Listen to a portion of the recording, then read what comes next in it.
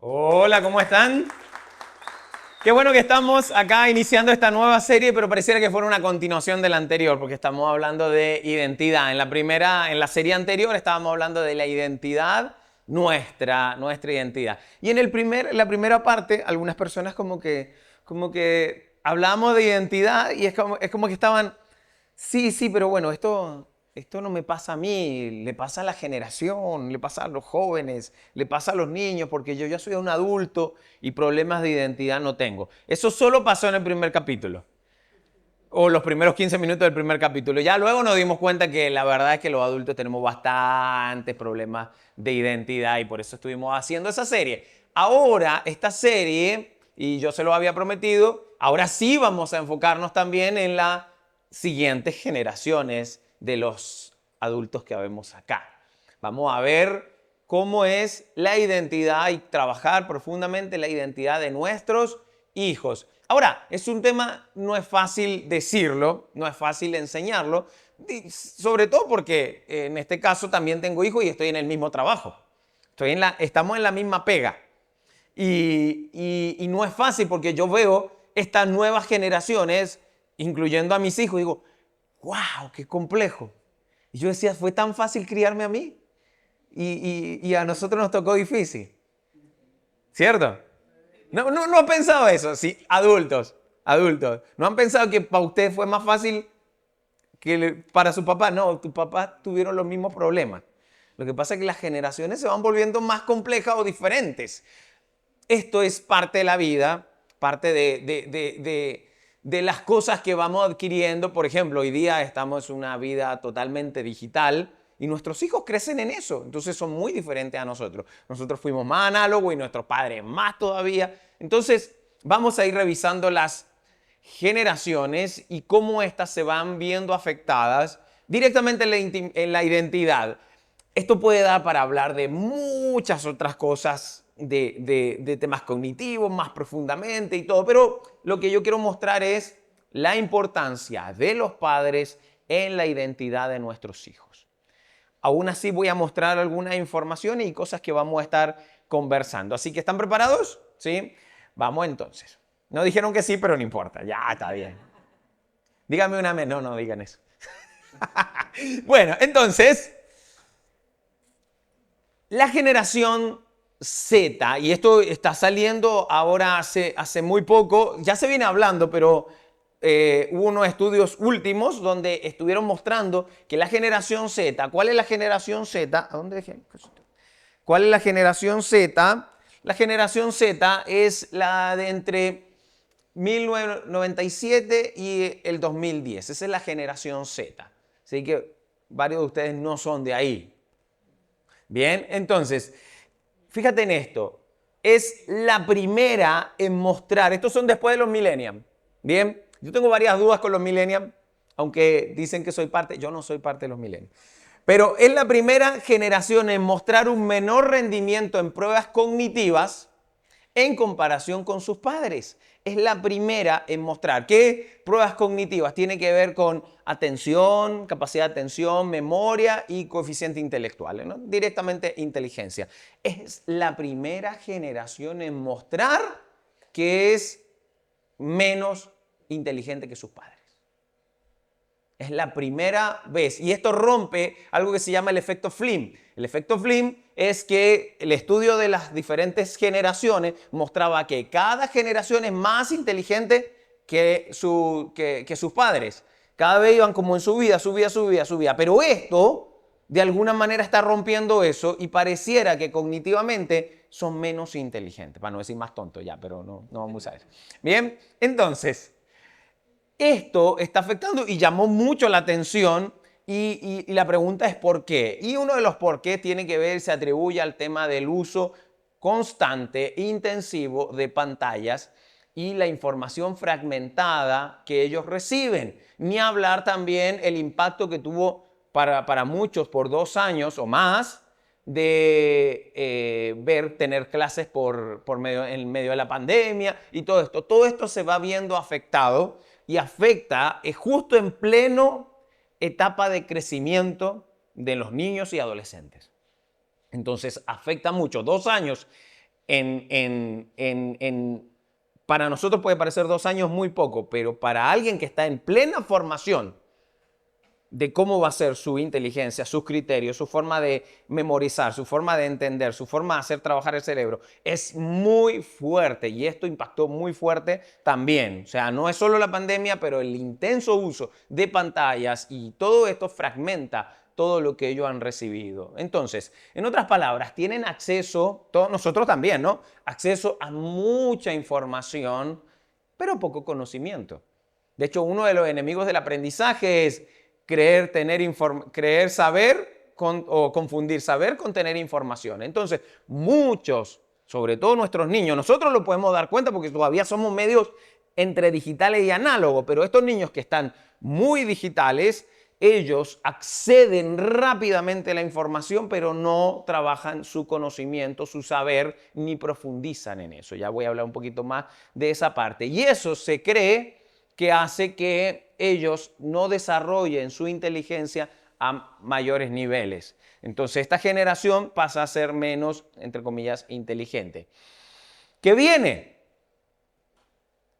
Más estudios nos muestran que la generación alfa, que es los más o menos del 2010, la que viene después, al 24, 25, más o menos como a la fecha, que es la generación que se le llama alfa, esta generación son 100% digitales y se espera en ellos un apagón cognitivo. ¿Qué es el apagón cognitivo? Tiene que ver que el apagón cognitivo es que la exposición a pantalla genera un desplazamiento de las actividades fundamentales y elimina el pensamiento crítico, que son las actividades fundamentales: soñar, crear, pensar, jugar, correr, todo lo básico, todo lo básico, la interacción con el mundo real, la interacción social real,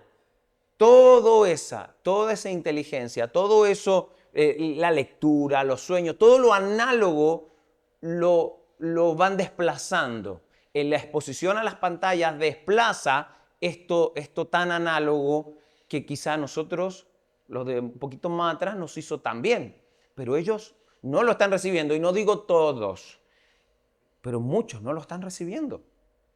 Ahora, nuestra tendencia como padres es, yo veo noticias como esta, de hecho, yo lo estaba viendo justo en una noticia que lo pusieron, y enseguida entrevistaba a unos padres y casi todos los padres van a creer que lo están haciendo bien.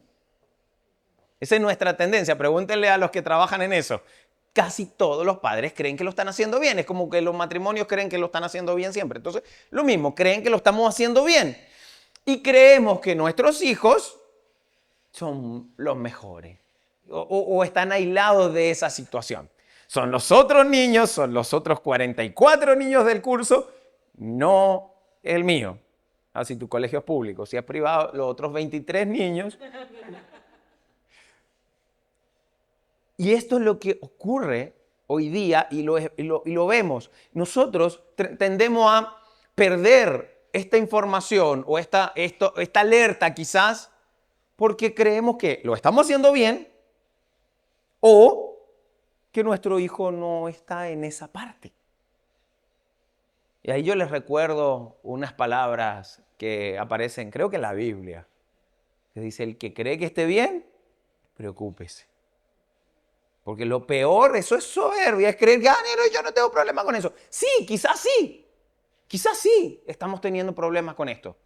Quizás no nos estamos dando cuenta. Es bueno preguntar de pronto, echar una mirada a mi hijo, porque creemos que los otros niños son mala influencia para mi hijo. ¿Y si es el mío? ¿Si es la mía? Si es ella la mala influencia. Si capaz que los papás de un niño evitan que juegue con mi hija. Quizá es fuerte verlo, ¿no? Muy duro, ay Dios. Es más fácil rechazar a otro niño que te rechacen al tuyo, ¿cierto? Nos salen las garras. Bueno, eso puede ocurrir. Puede que sea tu hijo el mala influencia. Tienes que trabajar con eso.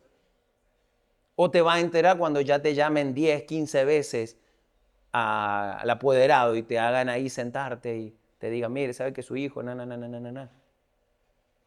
Entonces, esto debemos de ser conscientes. Por más que creas que lo estás haciendo bien o por más que creas que tu hijo no es parte de esto, esté atento, es una advertencia.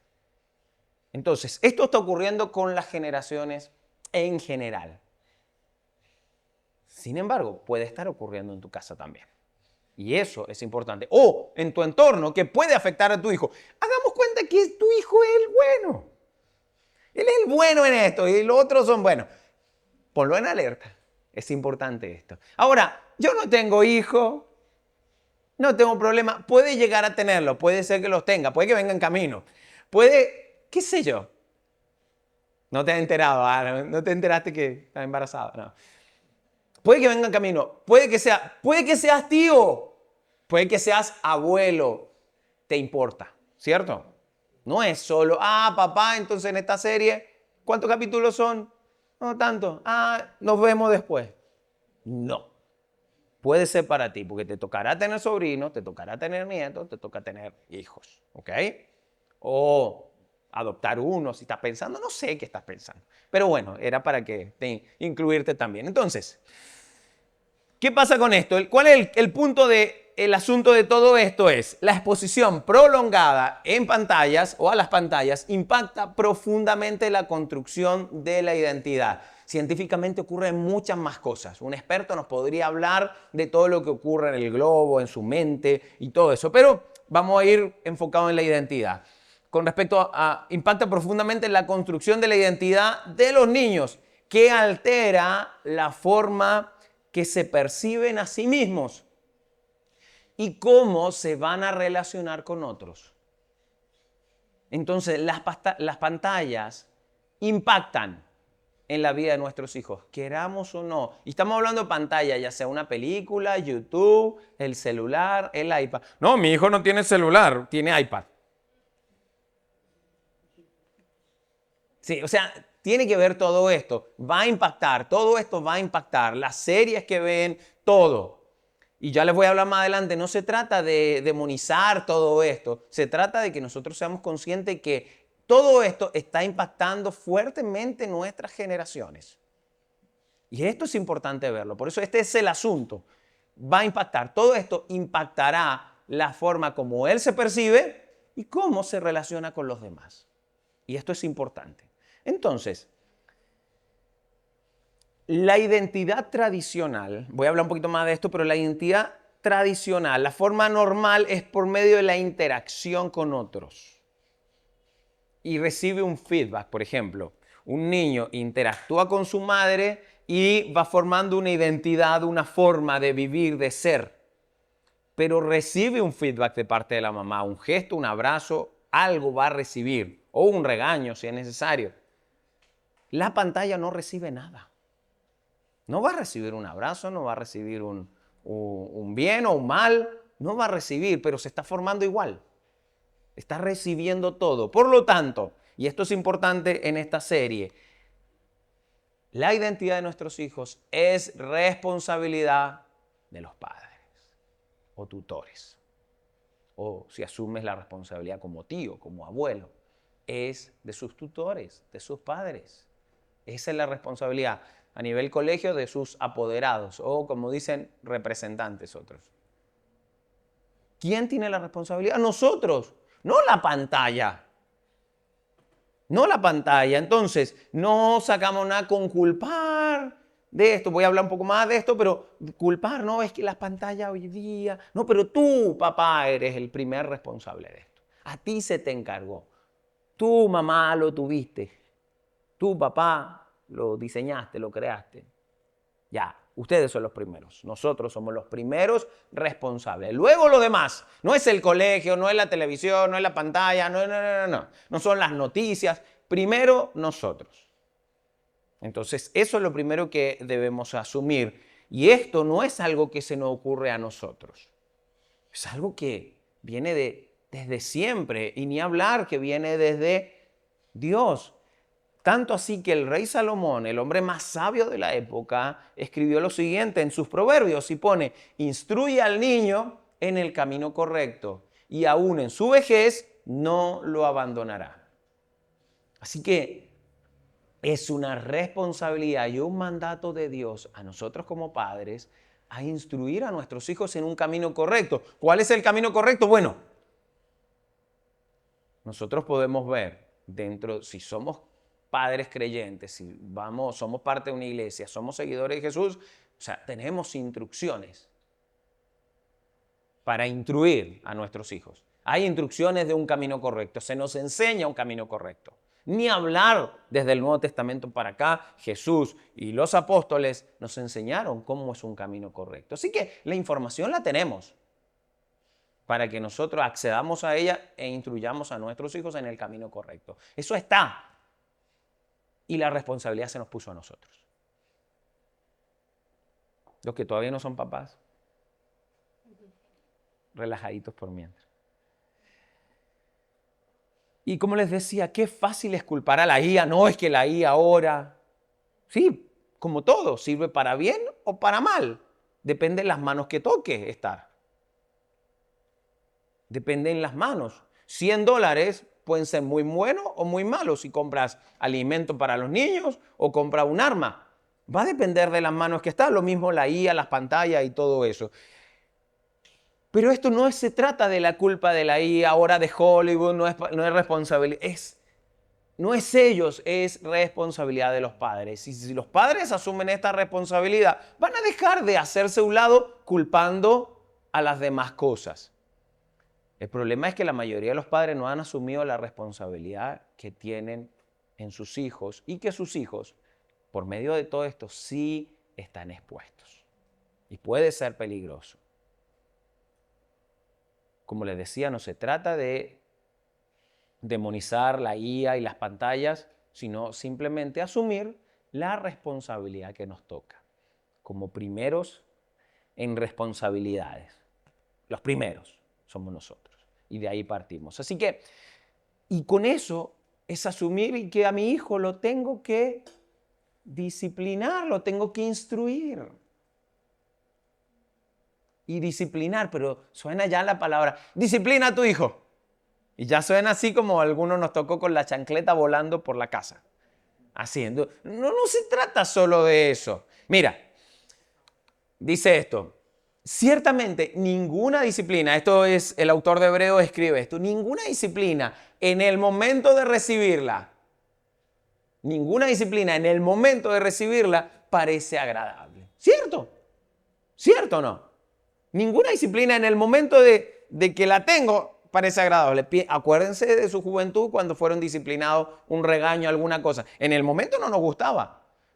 Yo me acuerdo clarito ciertos regaños de mi mamá que yo en el momento, me acuerdo, se daba vuelta y le hacían. Pero luego te das cuenta que tiene razón. Mira lo que sigue diciendo. No es agradable, sino más bien dolorosa. Porque a veces también era con chancletas voladoras. Sin embargo, después produce una cosecha de justicia y paz para quienes han sido entrenados, instruidos en ella. Así que siempre la disciplina funciona. Siempre funciona. El tema es que como que nos alejamos de la disciplina. Ninguna disciplina es agradable, es cierto. Hay ciertas disciplinas. Por ejemplo, disciplinas como hacer una dieta. Los que tienen que hacer eso. Una dieta, comer bien, comer sano, hacer ejercicios. La gente que sale a correr en las mañanas, que hace, o disciplinas de lectura, o disciplinas acerca de ayunos, o la disciplina de orar, de leer la Biblia, la disciplina de muchos ya de cada domingo voy a estar reunido en los grupos de vida, acá, etc. Todas esas son disciplinas. En el principio no son fáciles. Piensa en la disciplina de la dieta o de comer sano. No son fáciles. No es fácil. Por ejemplo, alguien que fuma y tiene la disciplina ahora de dejar de fumar. No es fácil. Puede ser hasta doloroso.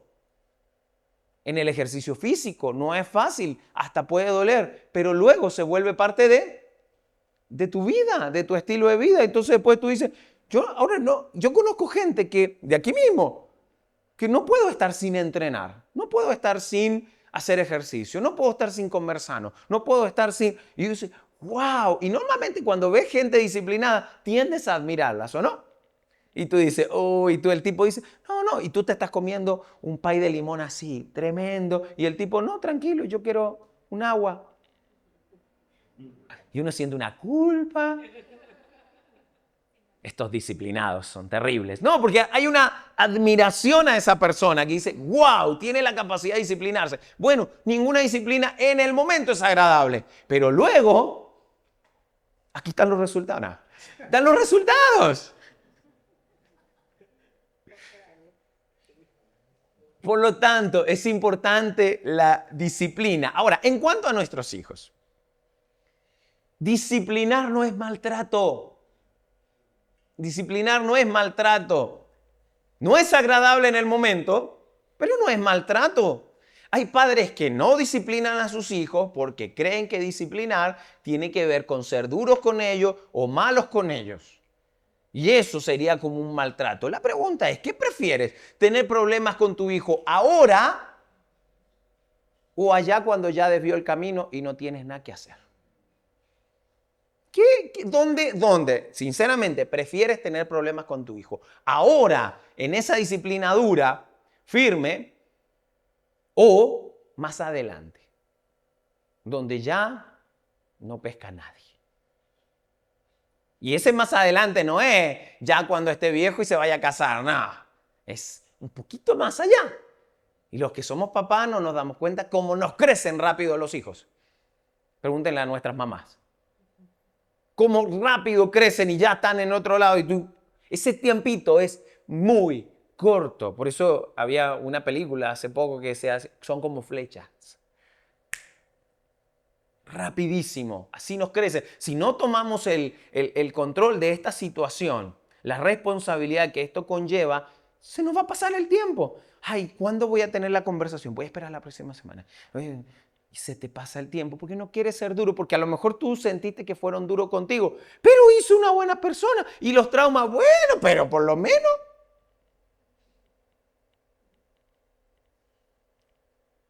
Yo hay cosas que siento que puedo decir son traumas, pero es mejor que la otra opción. Ahora, no te digo que tienes que traumar a tu hijo. Disciplinarlo. Disciplinarlo. Y tú tienes que buscar la forma como disciplinarlo. ¿Cómo? Hay un montón de formas de cómo disciplinarlo. Desde la vara que dice la Biblia hasta ser consecuentes. Hasta ayudarlo a ser consecuente. ¿Cómo nos enseña Dios? Ya les voy a decir un par de cosas de esas. El punto es que no disciplinar a tus hijos, míralo desde el lado contrario. Si crees que disciplinar es duro y puede ser maltrato, miremoslo al revés. No disciplinar a tus hijos. No disciplinar a tus hijos es una falta de amor hacia tu hijo. Ay, no suena así. Sí. No disciplinar a tu hijo es falta de amor por él y por su futuro. Porque si lo dejas hacer eso, que no te gusta, pero lo sigue haciendo, a lo mejor no quieres confrontarte a ti mismo o tienes problemas matrimoniales porque están en desacuerdo con esas cosas. Entonces uno dice, no es que la pantalla sí, no es que la pantalla no. No, es que si hacemos el cumpleaños así de 500 personas, entonces el niño va a ser feliz. Y el otro dice, ¿y por qué no podemos hacer algo más pequeño? ¿Cuál es el problema? Entonces ahí a lo mejor hay conflictos. Bueno, alguien tiene que asumir la responsabilidad y entender qué es lo mejor para nuestro hijo. La forma como se visten, lo que comen, lo que hacen, todo. ¿Y cuántos problemas matrimoniales hay porque hay uno que está en desacuerdo? Peor que sean los dos y no se den cuenta. Pero esto está ocurriendo, está ocurriendo. Entonces, no disciplinar a tus hijos es lo mismo que no amarlo. Es lo mismo que no amarlo. ¿Por qué? Mira, en el mismo libro de Hebreos dice, porque el Señor disciplina a los que aman. O sea, que la disciplina es un símbolo de amor. De hecho, la palabra disciplina viene de discípulo. Viene de la palabra discípulo. Entonces, cuando yo disciplino, estoy discipulando a alguien. La pregunta es, con respecto a las cosas de Dios, si tú no enseñas a tu hijo a discipularse, al menos en la conducta en tu casa, ni hablar en lo que es el conocimiento en Dios y su vida espiritual, difícilmente tu hijo va a aprender a ser un discípulo de Jesús. Porque no aprendió a ser ni siquiera un discípulo tuyo.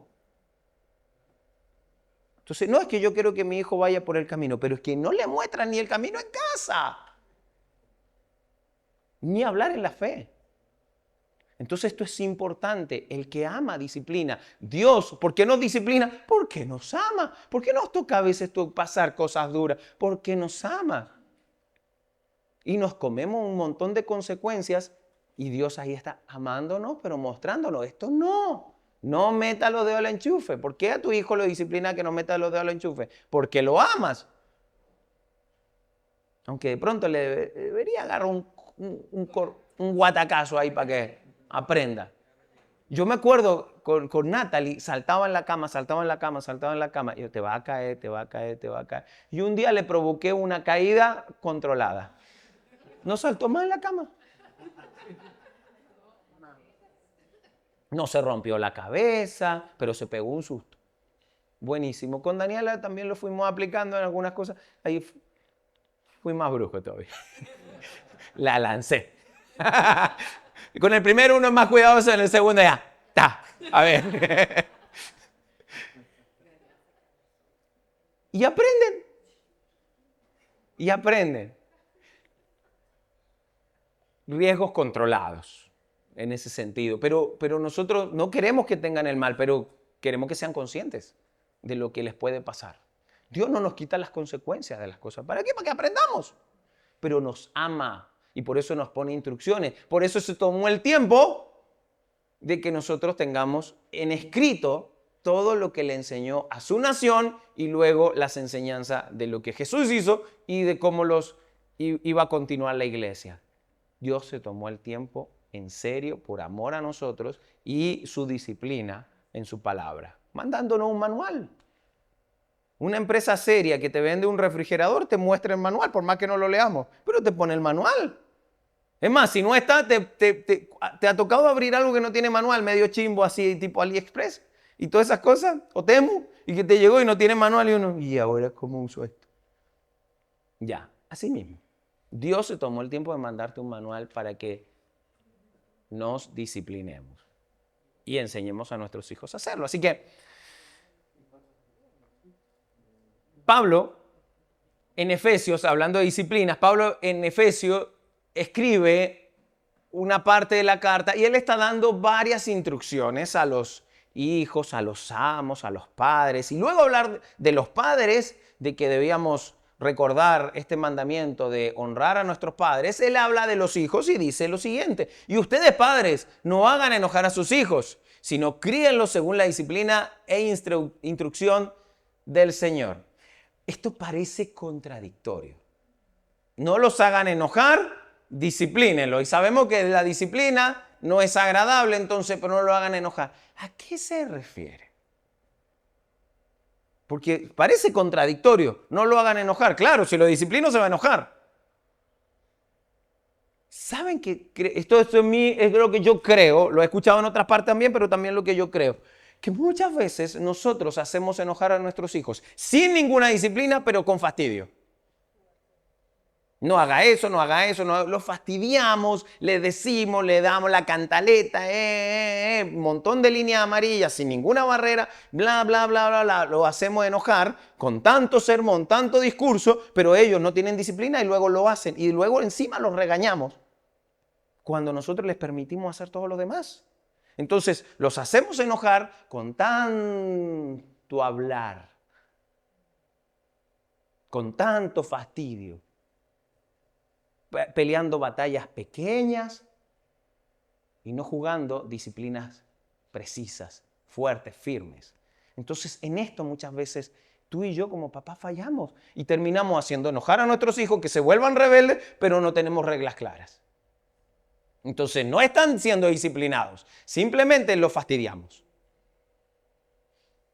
No hay reglas claras. Las disciplinas tienen reglas claras que nos permiten ahora jugar en eso y que él sepa porque si tiene su castigo, si tiene su recriminación por lo que hizo, que sepa por qué. Y no porque sea un regaño todo el tiempo y se mezcla la disciplina o la intención de disciplina que yo tenía con una consecuencia y todo y al final no entiende nada. Y luego nos da pena y le levantamos las consecuencias. Eso es lo que hacemos todos. No estoy juzgando a nadie. Yo soy el primero en haberlo hecho. Después Mari todos los días. Nah. Entonces, ese enojo no los volvamos rebeldes sin una causa. Y la causa es una buena disciplina, reglas claras. En otras palabras, la manera de demostrar ese amor es firmeza y amor. Amor y firmeza, ambas siempre juntas. Gracia y verdad. Amor y firmeza, siempre. Tiene que haber firmeza, tiene que haber amor. Y los niños son muy hábiles, más que nosotros, para jugarnos esa. Para jugar ahí en el medio. Para canjearnos una cosa por otra. Y no nos damos cuenta, fallamos. Y volvemos a lo mismo. Entonces, esto es fundamental para que nosotros comencemos, por lo menos a tener el abre boca y cómo vamos a ir dando pasos. Sin embargo, lo que les decía, son los padres quienes tienen la mayor influencia en la identidad de nuestros niños. Somos los padres, somos los tutores, tíos, abuelos, si les toca hacerse cargo. Somos la primera influencia en su identidad. ¿Por qué? Porque los niños, y metiéndonos un poquito ya en la parte de identidad, los niños al final aprenden directamente o van formando su identidad directamente de aquello que ven. Como les decía al principio, es como un espejo. Entonces ellos van aprendiendo de nosotros como un espejo y el espejo les responde, nosotros, con gestos, con cariños, con abrazos o con disciplina, con cosas. Nosotros vamos moldeando a nuestros hijos directamente. Esa interacción siempre ha existido. El tema es que ahora, cuando los padres se hacen a un lado y la influencia de ellos es simplemente una pantalla, ellos no tienen feedback. Entonces ellos van aprendiendo, ya no de los padres, no imitando a los padres, sino imitando lo que ven en la televisión y lo que se les proporciona.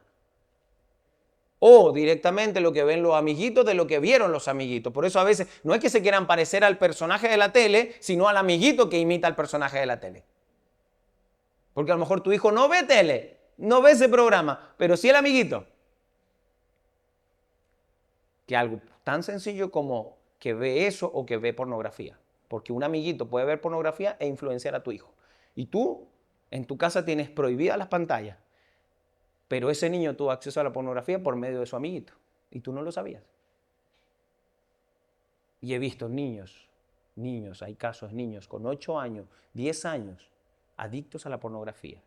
Y los papás no tenían idea de que su hijo consumía eso. ¿Por qué? Porque ellos dijeron, nosotros tenemos un celular para él con control parental. Le pregunta a la IA, ¿cómo se quita un control parental? Te lo explica.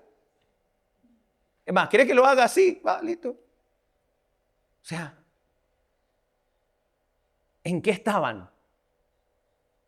Que no se dieron cuenta.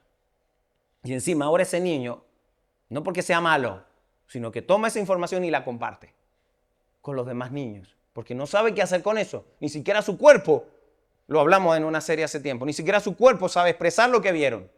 Estoy hablando de pornografía. Entonces, como no saben qué hacer, lo más fácil para ellos es contárselo a los amiguitos y mostrarle a los amiguitos. Así es que les llega la pornografía. Por una pantalla, a un clic. El acceso que yo tuve a la pornografía cuando era niño era muy difícil. Una revista ahí escondida de un tío medio degenerado que tenía ahí. Y es lo que vi. Y eso es lo que vi.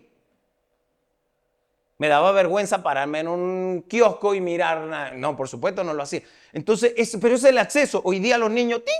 Nosotros mismos estamos viendo algo y de pronto aparece una cosa ahí. Y uno, ni hablar los que ven películas en Cuevana.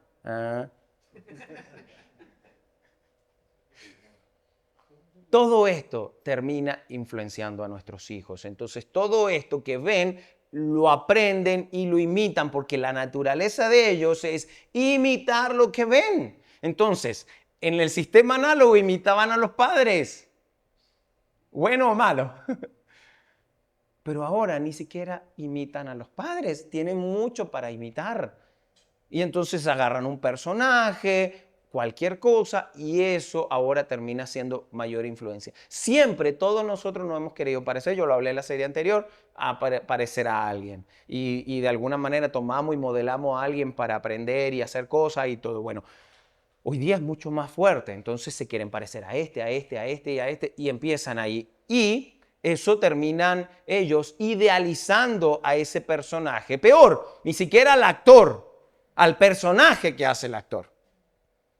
Y lo idealizan y se quieren parecer a eso y todo. Y obviamente no tienen una realidad verdadera de ese personaje. Solamente conocen la superficie, conocen el frente, pero no conocen el fondo del personaje. Porque es un personaje la mayoría de las veces ficticio. Y ellos quieren parecerse a eso. Y eso es terrible.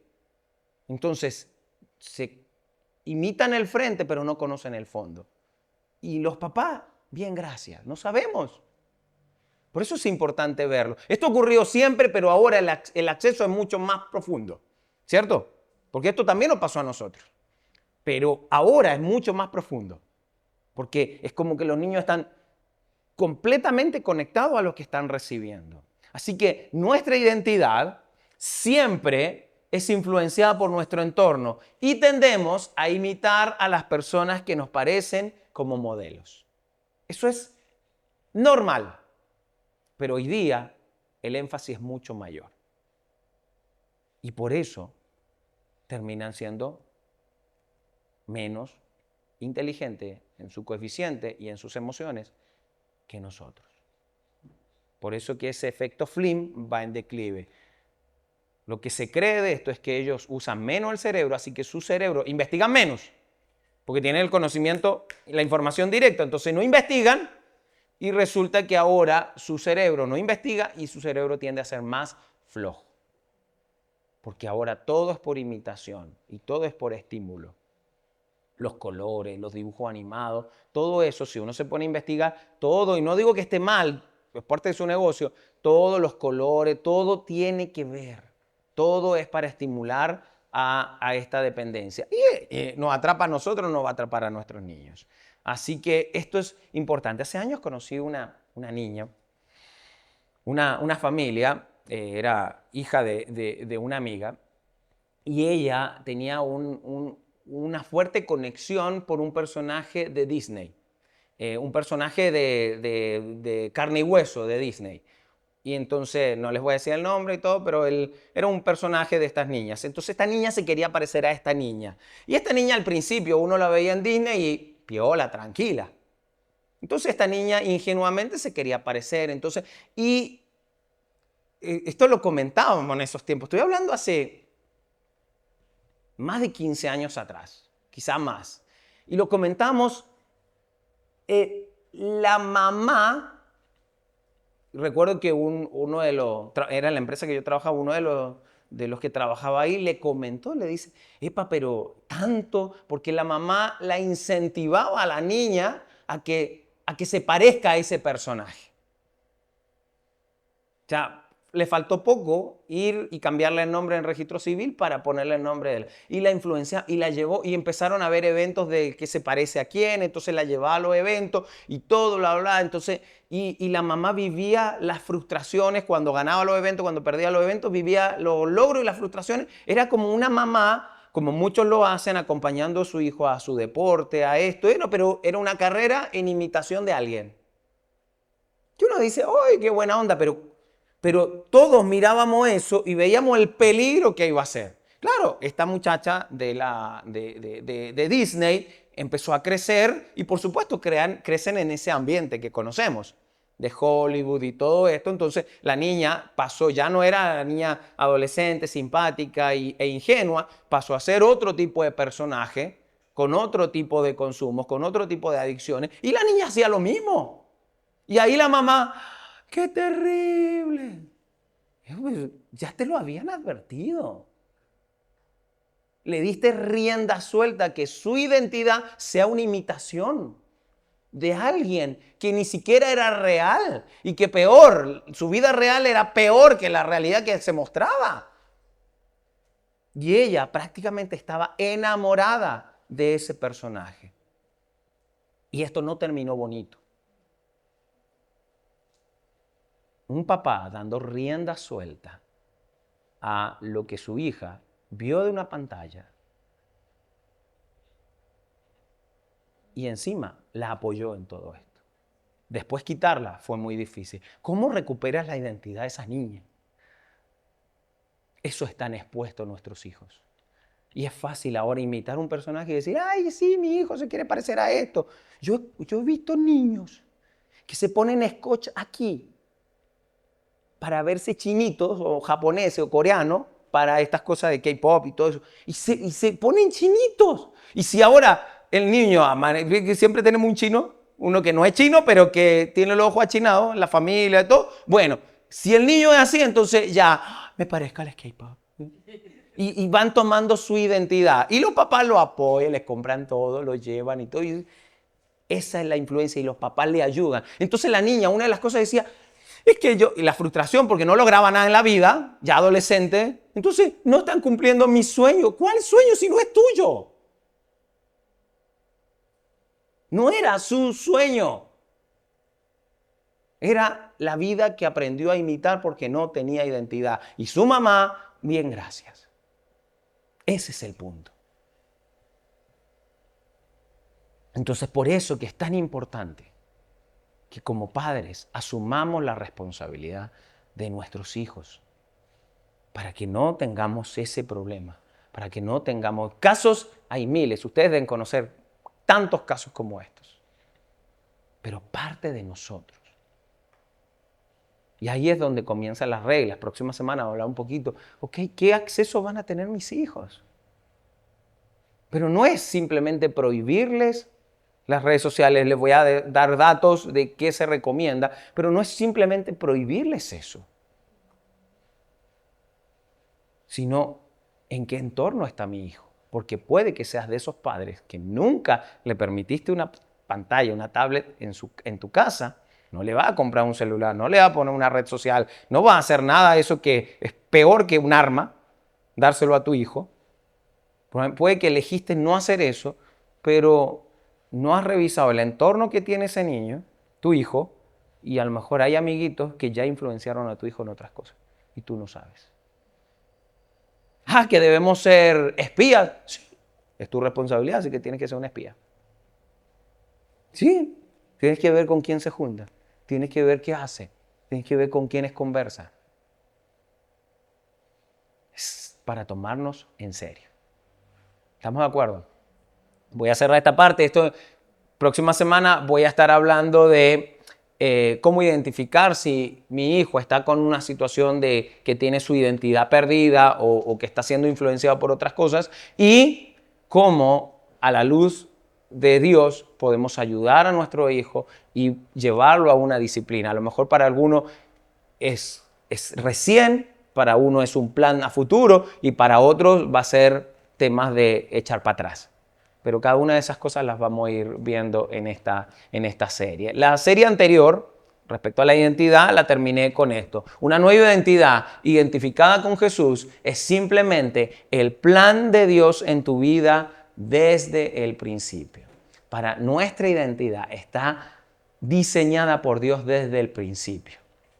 Identificarla con Jesús es parte de nuestro trabajo. Ahora, en este tema que estamos hablando, así terminamos la serie anterior, en este tema que estamos hablando es lo mismo, pero ahora tú siendo parte de la vida de tu hijo y ayudándole a que tome esa identidad, identificándola con Jesús. ¿Cómo? Lo vamos a estar viendo en los siguientes capítulos de esta serie. ¿Ok? Vamos a orar. Señor, gracias. Gracias por tu amor y tu cuidado en nuestras vidas, pero en este caso también en el cuidado de nuestros hijos, nietos, sobrinos. Señor, no es fácil todo esto, Señor. Y ninguno de nosotros estamos libres porque están nuestros hijos y ellos están expuestos, como también lo estuvimos nosotros. Sin embargo, ahora, Señor, hay una amenaza un poquito más fuerte. Papi, no queremos tomar y alejarnos de las redes sociales, alejarnos de la internet, nada de eso, porque va a ser necesaria para los trabajos, Señor, y para el mundo que ellos se van a enfrentar. Pero si podemos ayudarle a disciplinarse, a conocerte a ti, a poner su identidad en ti, y que ellos desde ese lugar puedan elegir cómo van a relacionarse más adelante con las redes, con los teléfonos, con la IA, ellos puedan tener herramientas. Pero nosotros nos queremos hacer cargo de la parte que tú nos encomendaste, que es la disciplina en el inicio con ellos, Señor. Así que gracias, gracias. Y para aquellos que creen que es tarde, Señor, todavía podemos hacer algo porque tú tienes oportunidad y tienes formas de cómo llegar a nuestra vida y a la vida de nuestros hijos. Gracias, Señor, en el nombre de Jesús. Amén.